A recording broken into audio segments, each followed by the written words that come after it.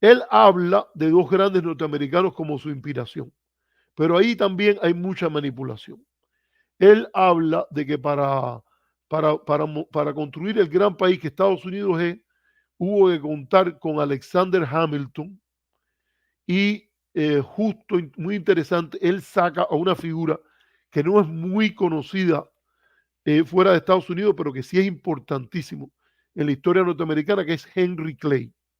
Henry Clay llega después a ser senador, pero él es el speaker o el presidente de la Cámara en el momento de las elecciones de 1824, donde el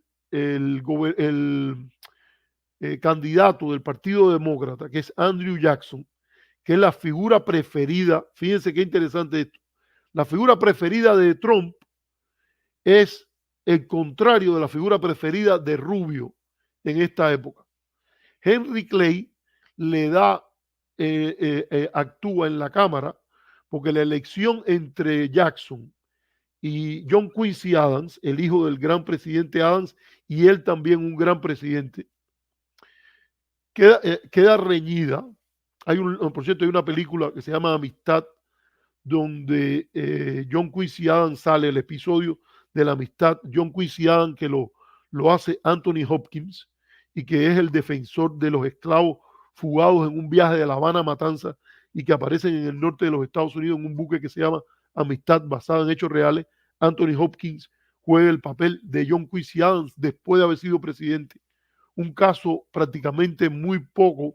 Yo no conozco muchos casos, déjeme decir que no es único, pero yo no conozco muchos casos de alguien que haya sido presidente y después haya sido representante a la Cámara. Y Henry Clay es el oponente de Jackson porque él, siendo representante de Kentucky y el líder de la Cámara, él pone su peso del lado de John Quincy Adams ante la opinión de que Andrew Jackson, que es aquel cuya estatua puso Trump, donde Obama había puesto la de Martin Luther King, y que es considerado un demagogo, un populista, ese tipo de cosas.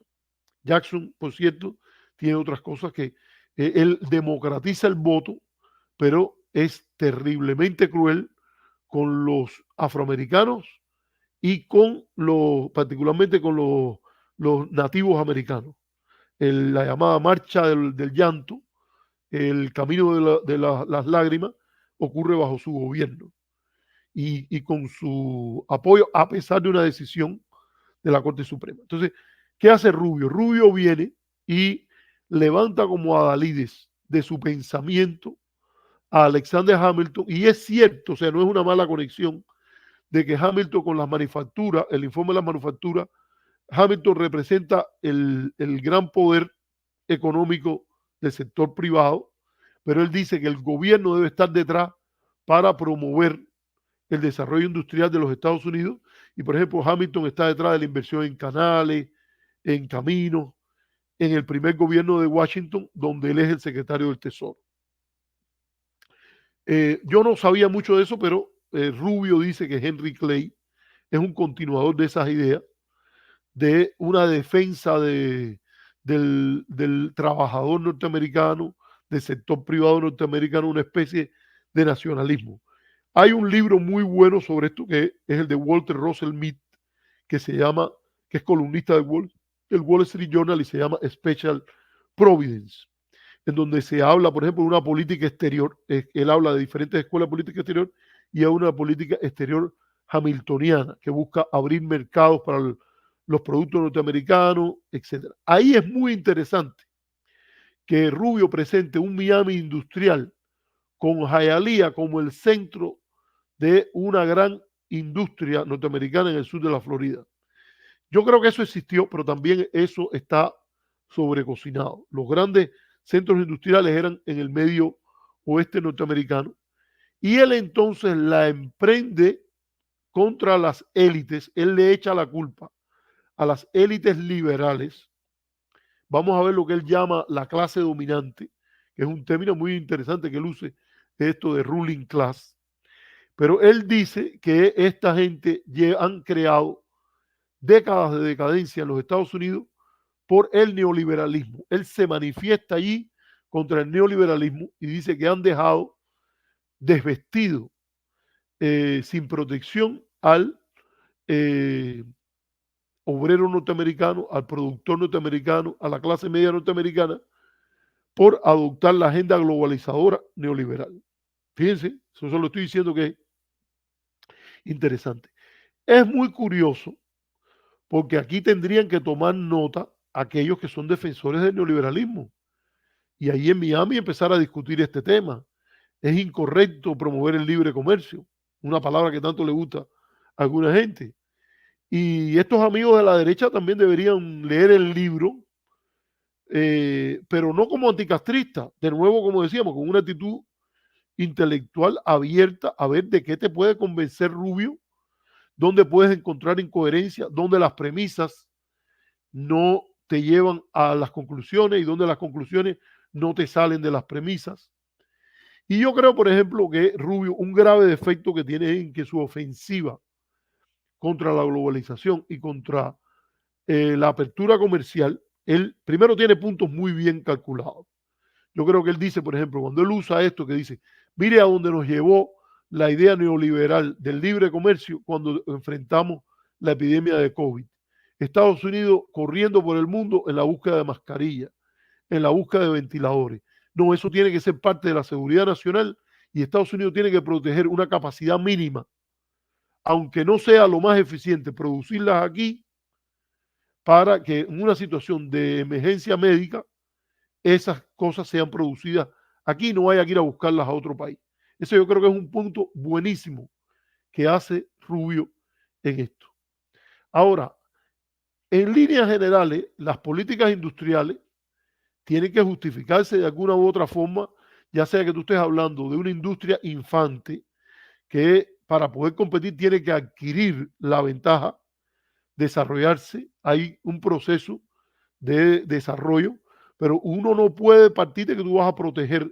Hay momentos que uno lee el libro de Rubio y parece que él está hablando de una especie de autarquía o de gobierno metido en la economía para apoyar al capitalismo norteamericano en la competencia con otros capitalismos, eh, sin tomar en cuenta toda la literatura que hay sobre cómo muchas veces los que picking winners o los que escogen ganadores también escogen perdedores y hay grandes megaproyectos de desastre económico por tratar de que el gobierno decida, no el mercado, quiénes son los que pueden producir mejor algo.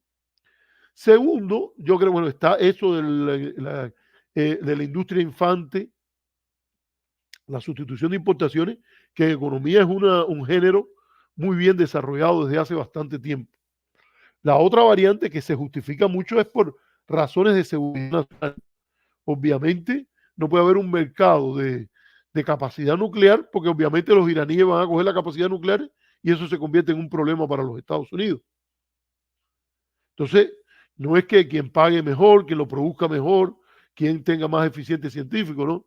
Eso obviamente, y yo creo que eso es un punto que está bien tomado. Y está este tema que yo dije, por ejemplo, la seguridad pública. Ahora, es interesante cómo Rubio evita, él usa muchos de los argumentos de Joseph Stiglitz, el premio Nobel de Economía, que ha centrado la crítica de la globalización, pero desde una perspectiva pro mercado. Y Rubio olvida una cosa que Stiglitz explica muy bien y que le ha explicado también el columnista del New York Times, premio Nobel de Economía también, Paul Krugman. Y es que, señores, la teoría de las ventajas comparativas, si usted no cree en la teoría de las ventajas comparativas, usted tiene que en denegación, en principio, generalmente tiene que producir una teoría en contra. O los puntos donde las ventajas comparativas no ocurren como tal. Entonces hay una teoría de ventaja adquirida, etcétera. Hay un gran economista surcoreano que ha tratado estos temas. Él es profesor creo que es de Oxford o Cambridge. Ahora se me olvida el nombre, si Mendive puedes, búscalo ahí, economista surcoreano. Él coeditó un libro con una profesora de la Universidad de Denver ella se llama Eileen Greibel, si puedes, pero él se llama, Chan, creo que es el último de su apellido, pero Mendive, si puedes, búscalo y lo pones ahí y te lo voy a comentar. Bueno, está esto sin embargo, Rubio no hace caso de eso. Stiglitz básicamente dice, miren señores, es evidente que el comercio otorga ventaja a todos sus participantes. Avanzar en la desregulación comercial tiende a favorecer a ambos participantes. El problema está de que el hecho de que los países estén mejor no implica que dentro de los países todos los factores sean ganadores. Ahora, Stiglitz dice una cosa que es una crítica que viene desde la izquierda y que Rubio, aunque admite los méritos del senador Sanders, no llega hasta allí, que es algo que Sanders sí ha dicho, y es que si los dos países ganan, o si todos los países ganan, siempre hay una ganancia al interior del país en el cual los ganadores pueden compensar a aquellos que pierden con la apertura comercial o ayudarlos a redimensionar la economía y que todos sean en última instancia ganadores, lo que se llama una win-win situation. Eso muchas veces, ¿cómo se hace? A partir de los impuestos. En Europa, por ejemplo, hubo una apertura comercial grandísima a partir de la creación de la Unión Europea. Pero la Unión Europea creó fondos de gasto compensatorio por la cual aquellas, por ejemplo, industrias que movidas a España, de Alemania, o movidas a Portugal, o movidas a Grecia, o al sur de Italia, y los trabajadores perdían el trabajo, Europa creó fondos compensatorios que se sufragan a partir de una política fiscal progresiva, que quiere decir que los que ganan más pagan más impuestos, un rate mayor cuando llegan a ese nivel de ingresos, y ese dinero se usa para reentrenar la fuerza laboral, para gastos de seguridad social, para personas que ya tienen determinada edad y no pueden reentrenarse, pero que ya van a entrar a la seguridad social y que no queden golpeados por el daño que causa que se muevan industrias hacia lugares, por ejemplo, donde la mano de obra es más barata. ¿Qué es lo que tienes que tener ahí? Una política fiscal de impuestos progresivos. Eso lo dijo Stiglitz, eso lo dice. No hay que cogerla contra el comercio. Habría que cogerla con la incapacidad de los sistemas políticos de producir políticas fiscales progresivas. Porque de lo contrario, lo que vas a hacer es que ganancias que puedes tener en la esfera comercial, en la esfera productiva, que puedas vender televisores a los precios que se venden en las grandes tiendas como Target, donde hay integración vertical, la posibilidad que, por ejemplo, los carros norteamericanos, los asientos, se construyen muchos de ellos en México. Y entonces, obviamente, Rubio no llega allí, se queda corto, le hace la crítica al comercio. Él no se compra el mantra neoliberal de Milei, al cual fue a ver y dijo que era el grande y que eso era el bárbaro y que había que hacer la apertura comercial, etcétera. Él no se compra el mantra de Milei, todo eso fue un cuento de solidaridad de derecha. Él dice que está a favor de políticas industriales, algo que la CEPAL, por ejemplo, ha dicho desde hace mucho, mucho tiempo. La CEPAL, que es una entidad muy criticada y muy odiada por la derecha latinoamericana y por la derecha en los Estados Unidos, muchas veces trató de hasta que la CEPAL no fuera creada en el mecanismo de las Naciones Unidas, el foco en la desigualdad, que es, como decir, el mantra de la CEPAL. Y él no se monta en eso. Él llega a decir el mal para la expresión populista. Pero las soluciones que propone no van a ningún lado hasta ahora. Algunas sí, por ejemplo, este medio tema de las mascarillas.